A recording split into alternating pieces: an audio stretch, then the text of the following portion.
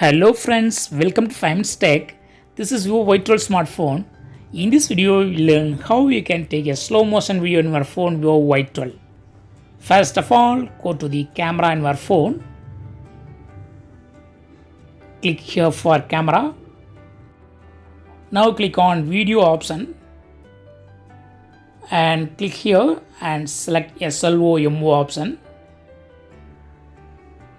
Now start recording your video. I record this video. So whatever you record, that will be in normal. While recording, it be in normal.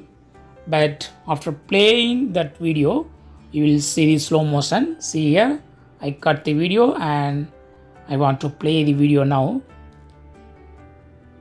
This is the video and I play it. Here you can see the action in slow motion.